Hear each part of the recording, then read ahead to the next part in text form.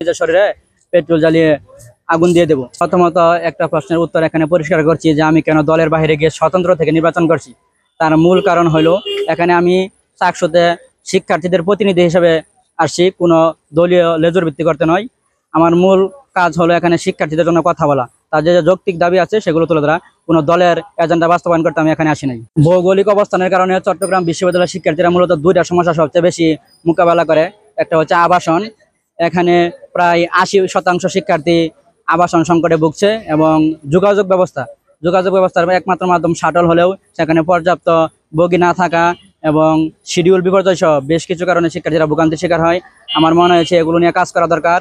নারীদের জন্য একটা নিরাপদ ক্যাম্পাস, মুক্ত চিন্তার ক্যাম্পাস, যেখানে সকল দলমত নির্বিশেষে সবাই কাজ করতে পারবে, এরকম একটা ক্যাম্পাস আমি প্রত্যাশা করি, এবং এই কারণে আমি নির্বাচনে অংশগ্রহণ করছি। জুলাই গণঅভ্যুত্থানে আমার অংশগ্রহণের মূল কারণটা ছিল আমি ছোটবেলা থেকে বৈষম্যের বিরুদ্ধে সোচ্চার ছিলাম, এবং আমি চাইতাম যে দলমত নির্বিশেষে সবাই সমান সুযোগ সুবিধা ভোগ করুক। কিন্তু বিগত শাসনামলগুলোতে আমরা এরকম মনোভাব সরকারের কাছ থেকে আমরা পাই নাই, যার কারণে আমি জুলাই গণঅভ্যুত্থানে অংশগ্রহণ করি। এবং ব্যতিক্রমী আন্দোলনের পিছনে আমার যে তিউনিসিয়ার সেই বোয়াজিজি নামক যে বালক, সে তার শরীরে পেট্রোল জ্বালিয়ে আত্মহত্যা দিয়েছিল, সেখান থেকে আমি ব্যতিক্রমী আন্দোলনের তাড়না পাই, এবং আমাদের স্বৈরাচার বিরোধী আন্দোলনের নায়ক নূর হোসেনের কাছ থেকে আমি সেই আন্দোলনের তাড়না নিয়েছিলাম।